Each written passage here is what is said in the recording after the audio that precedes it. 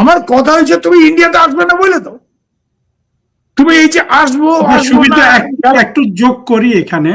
আপনার কি মনে হয় তারেক রহমান সাহেব ভারত সফর করতে পারবে? মানে এটা কি সুযোগ আছে আর নাকি এটা সুযোগ শেষ? 21 থেকে 28 তারিখে একটা উইন্ডো মোদি দিছিলেন, উনি যদি এর মধ্যে না আসেন হবে না, অন্য কিছু হবে আমি জানি না। দেখেন এখানে একটা ব্যাপার হয়েছে কি, he is the prime minister of A sovereign country, decision is his, sovereign decision, তিনি কিছু বলেন। আমার কথা হয়েছে যে বান্দর নাচা নিচে খেলা যেটা, এখন এটা কেউ কেউ লোক মজা পাবো, ইন্ডিয়ারে বান্দর নাচাইছে, বান্দরের লেজ কেমনে কাটতে আর বান্দরের মুখটা কালা করে হনুমান কেমনে বানাইছে, এটা কিন্তু আমাদের লোকজন জানে। আমি ইন্ডিয়ারে পাত্তা দিলাম না, দেখছো আমি ইন্ডিয়া ডাকছে আমি গেলাম না। এইটারে আমরা একটা কথা কই, আমার মা বলতো যে নিজের নাক কাইটে অপরের যাত্রা ভঙ্গ করলাম। উনি নিজের নাক কেটে অপরের যদি যান, ইন্ডিয়ার কিচ্ছু আসে যাবে না। এন্টায়ার বাংলাদেশ ট্রেড যদি বন্ধ হয়ে যায়, 12-13 বিলিয়ন ইন্ডিয়ার ফরেন এক্সচেঞ্জ রিজার্ভ, আপনি বলেন তো ভাই, you are such a veteran diplomat, যার 650 to 700 কিছুটা অসিলেট করে, আপ ডাউন করে, মিলিয়ন ডলার যার অ্যাসেট, ইয়ে ফরেন এক্সচেঞ্জ রিজার্ভ, তার $12 বিলিয়ন ট্রেড, পাকিস্তানের ট্রেড বন্ধ হয়েছে, আমাদের কিছু আসে গেছে। আরেকটা জিনিস কিন্তু হবে, তারেক সাহেব এটা ভুলে গেছেন, রিসোর্স ডিনাইলের মধ্যে শুরু হয়তো হবে ডিজেল দিয়ে, ইলেকট্রিসিটি দিয়ে, এরপর কিন্তু পানির ব্যাপারটাও আছে, গঙ্গা চুক্তির নবায়ন টবায়ন ইত্যাদি। আর শোনেন, আপনি চাইনিজদের এনে ওই তিস্তাতে ড্রেজিং করে আপনি 20% ওয়াটার এফিসিয়েন্সি বাড়াইতে পারেন, কিন্তু মেইন ব্যাপারটা কিন্তু আপস্ট্রিম থেকে যদি পানি না আসে, you can't manufacture water here. Okay, you can increase dredging করে, ওয়াটার ম্যানেজমেন্ট করে, স্টোরেজ ড্যাম করে আপনি 20% এফিসিয়েন্সি বাড়াইতে পারবেন, এর বেশি না। এখন তারেক সাহেব এগুলি আদৌ বোঝেন টোঝেন কিনা, hydrology is a very complicated subject, আমরা অনেক কষ্ট করে, যেহেতু আমরা জার্নালিজম করি, এই ইস্যুগুলি বুঝতে অনেক লোকজন দিয়ে বুঝে টুঝে, আইনুল নিশাদের মতো লোকজনের সাথে কথা বলে, বা আমাদের এখানে ধ্রুব বাবু এদের থেকে বুঝে টুঝে, প্রশ্নটা হয়েছে যে কোনো কিছুতে এক্সপার্টাইজ নাই, আর্টিফিশিয়ালি আমি একটা খুব স্ট্রং ম্যান, আমি এগুলি, this will not last. At the first sight of trouble, তাসের ঘরের মতো এগুলি ভেঙে পড়বে। এটা ক্ষতি যেটা হবে, আমার যেটা ফিলিং কি জানেন, বাংলাদেশের সাধারণ মানুষ, আবারও সাধারণ মানুষই ভুক্তভোগী হবে।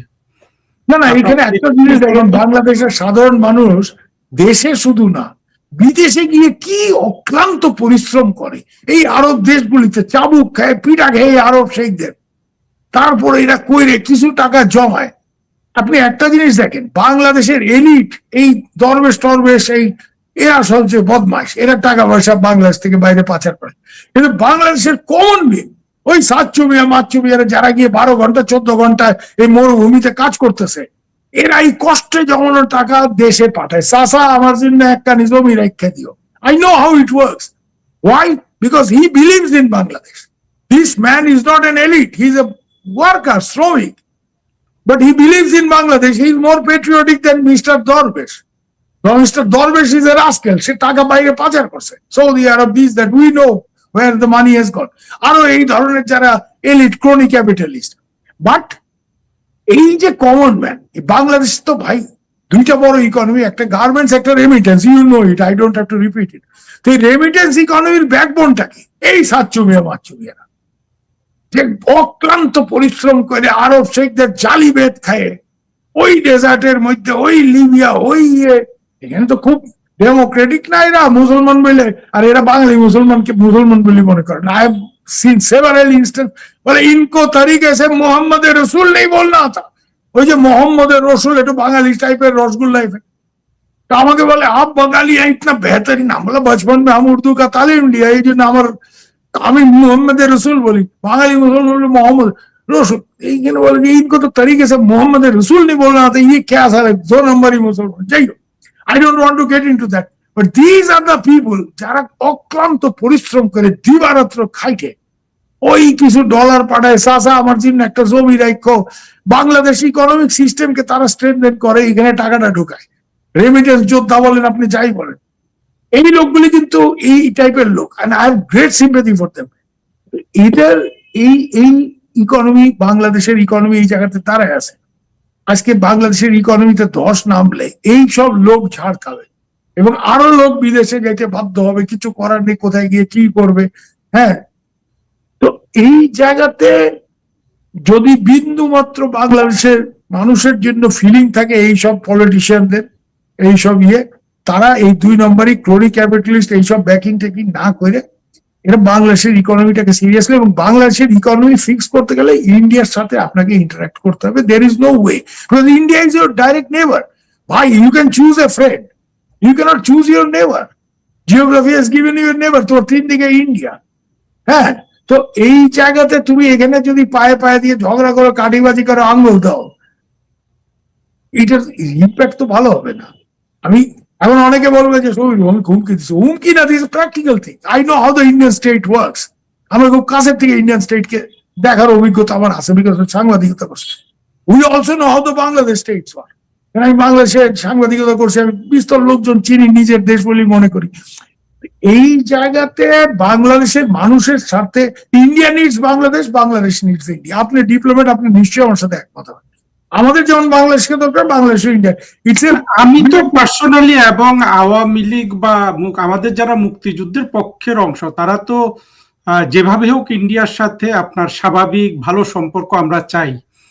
কিন্তু আমাদের সমস্যাটা হয়ে যায় আপনার যারা এই আওয়ামী বিরোধী আছে, এরা তো কোনো এঙ্গেজমেন্টটাকে, প্রত্যেক এঙ্গেজমেন্টে বলা হয় যে বাংলাদেশকে ভারতের কাছে বিক্রি করে দেওয়া হচ্ছে। এই জায়গাটা আমরা কাউন্টার ন্যারেটিভটা দাঁড় করাইতে পারি না। অথচ আমি দেখাচ্ছি, আমি গত 1 বছর ধরে ভিডিও বানাই, আমি দেখালাম যে আসলে একটা ইনস্ট্যান্স নাই কোথাও যে শেখ হাসিনা বাংলাদেশকে ভারতের কাছে বিক্রি করছে। বরঞ্চ আমরা দেখলাম ভেরি হার্ড বার্গেইনার। दिल्ली के একটা অভিনয় আছে, बहन जी तो भाई बहन जी को कुछ नहीं कर सकते, बहन जी अपना हिसाब बिल्कुल बराबर कर लेते। না না, শেখ হাসিনার একটা ব্যাপার আছে, আমি এটা পার্সোনালি আপনাকে বলছি, আই অলসো নো আপা ভেরি ক্লোজলি, কি ইন্ডিয়া আমার বন্ধু, আমার আব্বারও বন্ধু ছিল, আমাদের সবারই বন্ধু। ইন্ডিয়ার কোন ইম্পর্টেন্ট জিনিস যেমন ধরেন ট্রানজিট, এটা আমি দেবো, কিন্তু আমার দেশের স্বার্থ আমি জলাঞ্জলি দিয়ে কোনো সময় কিছু করব না, এবং আমার দেশ আমি কি করে চালাবো এটা আমি বুঝি, এটা আমাকে কেউ মানে ডিক্টেশন দেবে না। এই জন্য আমি জানি আমাদের অফিসারদেরকে নরেন্দ্র মোদী, তার আগে প্রণব মুখার্জি ক্লিয়ার ইনস্ট্রাকশন যে she is a very sensitive lady, okay খুব বুঝে হ্যান্ডেল করবো। এমন কিছু কোনো সময় বলবে না যে शी फील्स इंसल्टेड। बहन जी को एडवाइस दीजिए, सजेस्ट कीजिए, बट उनको इंसल्ट लगेगा ऐसा कुछ मत कीजिए, एकदम क्लियर इंस्ट्रक्शन। এই জায়গাতে একটা কথা বলেই আমরা অনেকক্ষণ কথা বলতেছি, আপনারা সবই বোঝেন, আপনি তো ভেটারান ডিপ্লোমেট মানুষ, আপনি এখানে কাউন্টার ন্যারেটিভটা দাঁড় করানো খুব সোজা। সেটা হয়েছে যে এই জায়গাতে জাস্ট এই যে আপনি কি জানেন যে ইন্ডিয়ার টোটাল যে ট্যুরিস্ট ট্রাফিক, যেটা আমাদের ট্যুরিজম মিনিস্ট্রি হিসাব করে, মাঝে এই গন্ডগোল গেছে ইউনুস সাহেবের আমলে, কিন্তু তার আগে ইন 23-24 আপনি স্ট্যাটিস্টিক্স দেখেন, Bangladesh is are the single largest, আমি আপনাকে 2টা ইনস্ট্যান্স দিয়ে দিই, Bangladesh is are the single largest tourist group coming to India, 24 point something, nearly 25%, 1/4 of all tourists coming to India are Bangladeshis. কেন অন্য জায়গার লোক এরা ইন্ডিয়াতে বেড়াইতে আসলাম, অমুক করতে আসলাম, এখানে সাহেব মানুষ চন্ডি চরস খাবে, একটু খুশ হবে, বীজ টিজ। বাংলাদেশের লোক তো প্রয়োজনে এখানে আসতেছে, শাড়ি কেনার থেকে শুরু করে ডাক্তার দেখানোর থেকে কিসের জন্য আসেন আপনি বলেন? আমি তো এটা নিজে জানি, কেন আমাদের কাছে ভিসার রিকোয়েস্ট, দাদা এটা করে দাও, শাড়ি কিনে জামু বিয়ে একটু করে দাও যাতে আমার বর্ডারে ভেজাল না করে। আমরা তো এটা ডে টু ডে বেসিস। আমি এখানে আরেকটা ব্যাপার, this is a mutual relationship, both countries need each other. সাধারণ মানুষের স্বার্থেই এই সম্পর্কটা ইভেন হ্যান্ডেড হওয়া দরকার। আর এই যে গোষ্ঠীটা, তাদের বলা যে তোমরা ইন্ডিয়া বিরোধিতা করতো, বাপের অসুখ যখন হবে ইন্ডিয়ান মিশনে ভিসা নিতে আসছো, ঠ্যাং ভাঙে ফেলবো, খবরদার ইন্ডিয়াটা, শালা চীনে যাও, গো টু সিঙ্গাপুর। অবশ্য এখন এরা যে টাকা পয়সা করে নিছে, আমি শুনছিলাম মাঝে যে ওয়ান অফ দ্য উপদেষ্টা, উপদেষ্টা চলে যাবে। এখন তো আমেরিকা কেন, এখন তো ধরেন 8,000-9,000 কোটি টাকার মালিক। হ্যাঁ, তো এখন সিঙ্গাপুর ওই মাউন্ট এলিজাবেথ হসপিটালে চলে যাবে, এখন তো আর ইন্ডিয়াতে আসার দরকার নেই। কিন্তু যদি আসো কোনো কারণে, তুমি বা তোমার চাচা বা মামা, ঠ্যাং ভাঙে গেল, খবরদার ইন্ডিয়ান ভিসার জন্য আসবে না। এখানে এদের কথা ছেড়ে দেন, এদের খুব গুরুত্ব, হ্যাঁ they are a nuisance, they are a necessary nuisance, I agree with you. এবং এরা এই একটা ন্যারেটিভের ওপর রাজনীতিটা করে। কিন্তু এখানে দুইটা প্রশ্ন, একটা যেটা আপনাকে বললাম Indian visa,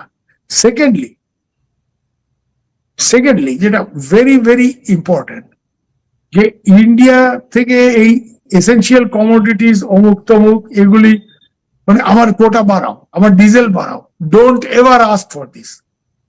if you have, যদি ইল্লত বলে কিছু থাকে এইটা আর চাইবা না, যাও চীন বা আমেরিকার থেকে নিয়ে আসো। আর একটা ফাইনাল জিনিস আমি আপনাকে বলি, যেটা খুবই ইম্পর্টেন্ট, এই যে বর্ডারে যে ধরেন মাঝে মাঝে টেনশন হয়, দিস এন্ড দ্যাট, এগুলি আমাদের এদিকেরও অনেকের অনেক সমস্যা আছে, এগুলি আমি বলবো না।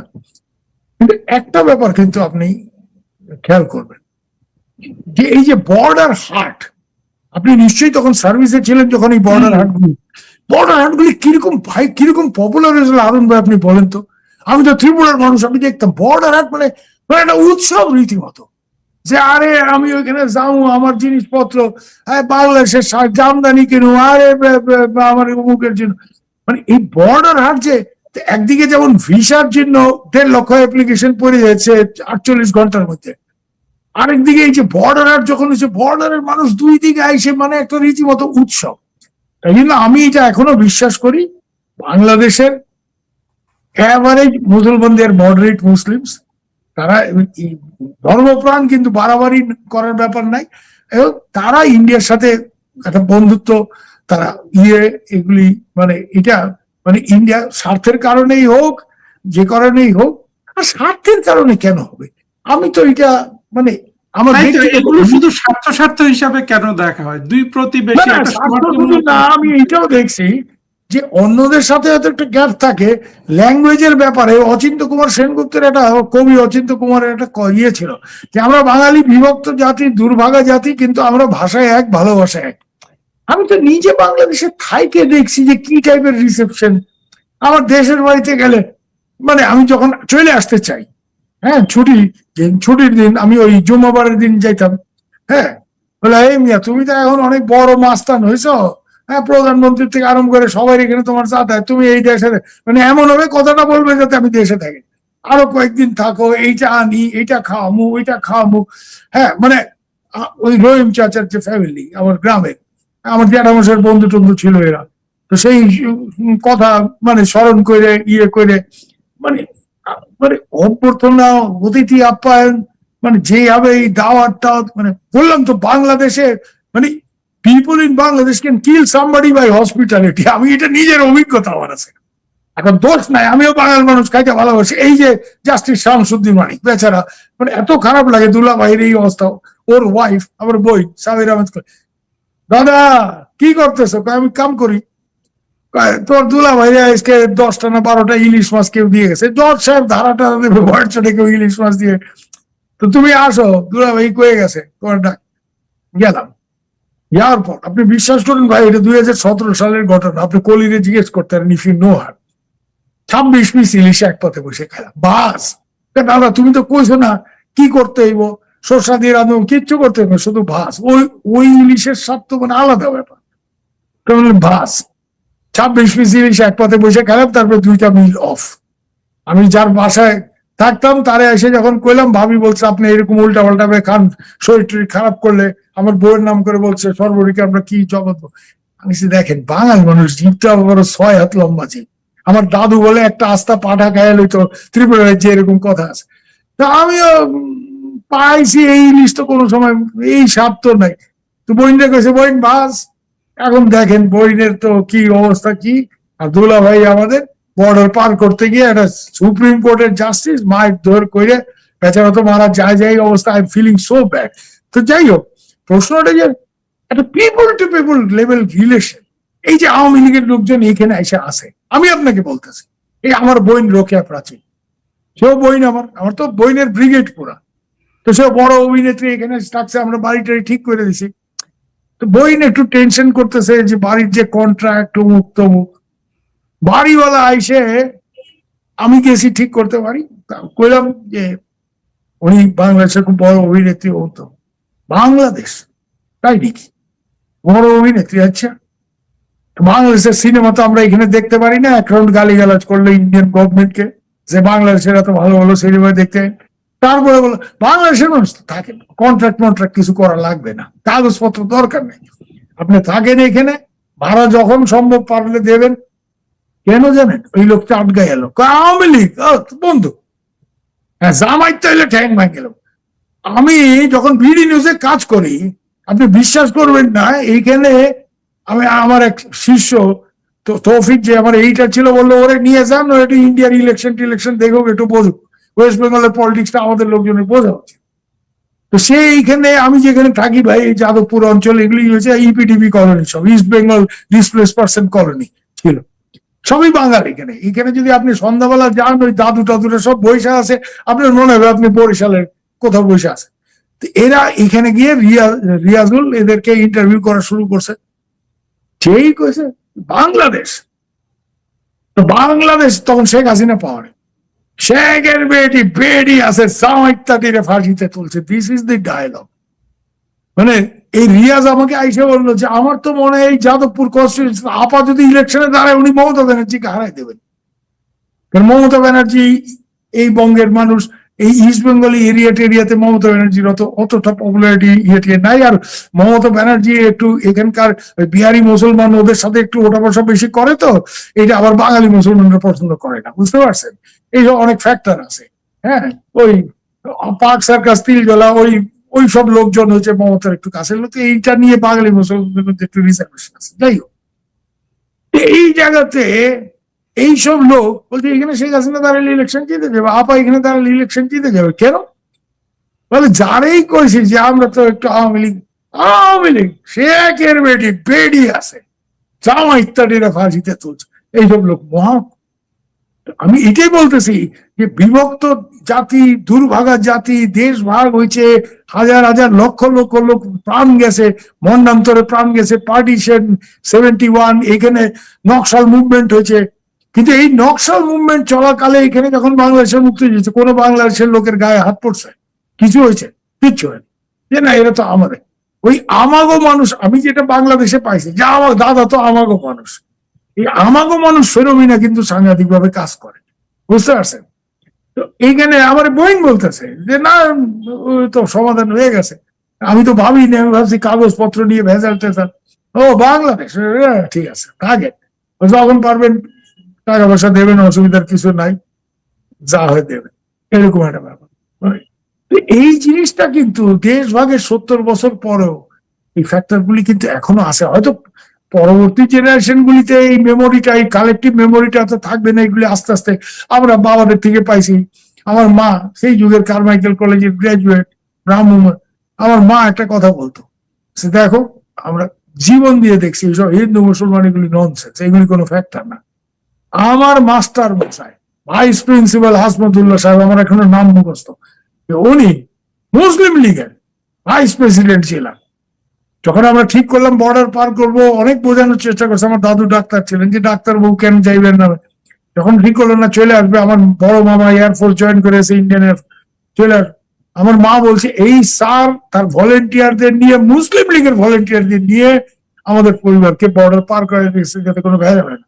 আর এই বাংলায় আইসে, ওয়েস্ট বেঙ্গলে আইসে রিফিউজি ক্যাম্পে সন্ধ্যা হইতেই দেখতাম কংগ্রেসের দুই ভাই, আমার নামও এখনো মুখস্থ, মোহিত শিকদার আর প্রমোদ শিকদার, সন্ধ্যা হলেই মদের বোতল বোকালে নিয়ে আরামজাদারা সুন্দরী রিফিউজি মহিলা দেখতে আসে। তাই জন্য ওইসব হিন্দু মুসলমান আমরা করি না, জীবন দিয়ে দেখছি, সবের মধ্যেই ভালো আছে মন্দ আছে ইত্যাদি। এবং আমার মা তো আমি দেখতাম, আমার মা বরিশালের অরিজিনাল, এই আমু ভাইটা আমু আসলে মানে ভাই রাখ, আমার কথা বলতে তাই না, আরে রাখ, আমি একটু ভাইয়ের লাগে বই চলে, গ্যাসের অবস্থা কি ভয়ঙ্কর ব্যাপার। এই জিনিসগুলি এখনো কিন্তু this is still there, we should build on it, it will be good for all of us, সবার জন্য এটা ভালো। এইখানে এরা ক্ষমতা, এরা চাইতেছে এই গোলমালটা বাজেট আছে। তবে একটা ভয় কি আমি জানি, যেমন আমার এটা কি করে পাস হয়ে যান ফ্যামিলি ট্রেডিশনে, আমার মার মধ্যে এই ফিলিং ছিল, আমার বাবার মধ্যে এই ফিলিং ছিল, আমরা এটা পাইছি। আমার মেয়ে, সে তো স্বাধীন ভারতে জন্মগ্রহণ করছে, বাচ্চা মেয়ে, হ্যাঁ, 98-এ জন্ম, কিন্তু এই যে বাংলাদেশের পিসিরা আসতেছে এই তাড়ানো টাড়ানো নিজের মেয়ের মতো, কেন তার ছেলে 2 ছেলে, পিসি আসবে, তো তারও এই অভিজ্ঞতা রয়েছে বাংলাদেশ, এবং সেও আমাদের সাথে বাংলাদেশ গেছে, খাওয়া দাওয়া, সে আগে মাছ খাইতো না, বাংলাদেশ গিয়ে এমন স্বাদ পাইছে সে এখন মাছ খায়। আমি ওই গেছি ওইখানে পিসিরা, হ্যাঁ জেঠিমা মানে ওই হারুন ভাই আছে আমার বন্ধু বিএসএস এ, তার ওয়াইফ ভাবিকে ও জেঠিমা বলে, জেঠিমা এত সুন্দর করে মাছ রাঁধছে, আমার মুখে লেগে আছে, মাছ খাওয়া শুরু করছে। হ্যাঁ, তা আমি যখনই তাকে ফোন টোন করি, ইয়ের কথা বলি, আমি রিসেন্টলি ব্যাঙ্গালোর গেছিলাম, পিসিকে আসতে বলছো না কেন, পিসিকে ইন্ডিয়াতে আসতে বলে, এখানে ভালো করে চিকিৎসা করো, ওর একটু শরীর টরীর খারাপ ইত্যাদি। এই সম্পর্কটা 1 to 1 এই লেভেলে আছে, আসার জন্য এখনো আছে। এটা কিন্তু শুধু যে ইন্ডিয়ানদের ওই টুরিস্ট ভিসা খুলছে 1.5 লক্ষ অ্যাপ্লিকেশন পড়ছে 2 ঘন্টা, তা না।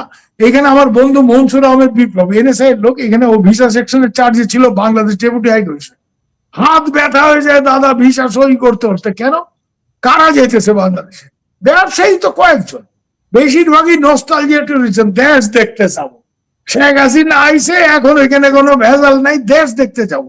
আপনি জানেন এই নস্টালজিয়া ট্যুরিজম এটা যদি ঠিক মতো করে, বাংলাদেশে কয়টা ফরেন ট্যুরিস্ট আছে, কয়টা সাহেব আছে আমার বুঝান তো?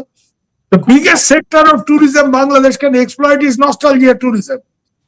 এবং এখানে এরা মানে দে আর ওয়েল অফ পিপল, দেশ দেখতে যাবো, ওইখানে তো এরা কি টাকাটা খরচ করবে?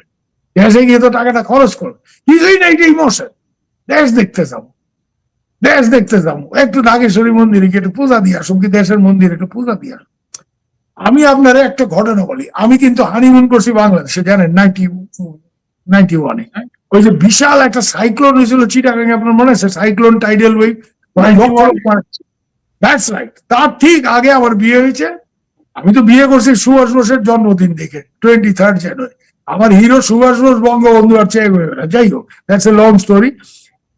আমি কক্সবাজারে গেছি, কক্সবাজারে মহেশখালীতে মন্দিরটা আছে না, সাগর দেবী, তো ওইখানে গিয়ে পণ্ডিত মশাই দেখি বিরাট আয়োজন, প্রসাদ প্রসাদ। পণ্ডিত মশাইকে জিজ্ঞেস করছি যে এখনো এত ঘর হিন্দু আছে নাকি, 200-300 লোকের প্রসাদ রান্না, না না, হিন্দু এখানে 15-20 ঘর। কিন্তু এইখানে যারা সকালে দেখছো মাছ ধরতে যায়, দেখছেন ওরা ফিরে আসার সময় পণ্ডিত মশাই প্রসাদ দিলেন কেন? আপনার এই টাকা পয়সা, বলে এইখানকার সব থেকে, এখনো নামটা মনে হচ্ছে, নূরজামান শিকদার, সব থেকে বড় জমিদার। আমার একটু কিউরিওসিটি হচ্ছে, নূরজামান শিকদার হিন্দু মন্দিরের খরচ দিতেছে, ব্যাপারটা আই এম ইনকুইজিটিভ ম্যান, এবং জার্নালিস্ট ভালো আপনি তখনই হবেন ওয়েন ইউ আর ইনকুইজিটিভ, আপনি যখন প্রশ্ন করবেন, আপনার কিউরিওসিটি থাকবে। আমি গিয়ে শিকদার সাহেবের বাসায় গিয়ে জিজ্ঞেস করছি যে আপনার কাছে একটা প্রশ্ন আমার, আপনি পণ্ডিত মশাই বলে আপনি দাদা পূজা টুজা প্রসাদ টসাদ দিয়েছেন, he was very in to know, যে উনি বিবিসিতে আমার গলা শুনছেন, তখন আমি পার্ট টাইম করি বিবিসিতে। হ্যাঁ, আর আমি বললাম আমি আনন্দবাজারের সাংবাদিক ইত্যাদি। তখন বললো যে হ্যাঁ আমি আপনার গলা শুনছি আগরতলা থেকে শুরু, তখন আমি আগরতলা, গুয়াহাটি এইসব থেকে, নর্থ ইস্ট। আমি বললাম যে ভাই আপনি নাকি এই মন্দিরে সব খরচ দেন? ও আপনি আশ্চর্য, হা হা করে সে হাইসে উঠলো। কেন? আমরা কয় পুরুষ আগে মুসলমান হয়েছি, তো মুসলমান হয়েছি, দাদার পর দাদারা বলছে মুসলমান হয়েছ, ধর্মকর্ম করবা, নামাজ কালাম করবা, জাকাত টাকাত দিবা, সব ঠিক আছে, কিন্তু ওই দেবীর পূজায় কোনো ত্রুটি নাই, সমুদ্রের মধ্যখানে থাকো, যদি দেবী রুষ্ট হয়, আরে এত বছরের একটা কালেকটিভ ট্রেড, দেবী যদি রুষ্ট হয় সমুদ্র তোমাকে খায় লইব। So this man, the richest man in that area, is bearing the cost of upkeep. পণ্ডিত মশাইয়ের বেতন থেকে শুরু করে প্রসাদের খরচ সে দিচ্ছে। এই জিনিসগুলো আপনি কেমনে ভাঙবেন? এই যারা এই যে শরিয়ত কানুন লাগু করো, অমুক করে, হুজুর কোম্পানি, এই জামাত টাইপ, এইসব যারা, এরা এই জায়গাটাকে ভাঙতে চায়। কারণ ইসলাম ইন দ্য বেঙ্গল ফ্রন্টিয়ার, আপনি ইলটনের বই যদি পড়েন, হু পপুলারাইজ ইসলাম, ওই বক্তের খিলজি প্রথম তরোয়াল নিয়ে ঢুকছে, কিন্তু তারপরে ইসলাম সোশ্যাল রিজনস এ পপুলারাইজড হয়েছে, ইট ওয়াজ পপুলারাইজড বাই দ্য সুফিস। এই জন্য আজকে আপনার এরা এই হারামজাদারা যেভাবে হিন্দু মন্দির ভাঙে, তার থেকে বেশি সুফি মাজার ভাঙছে, আপনি খোঁজ নিয়ে দেখেন।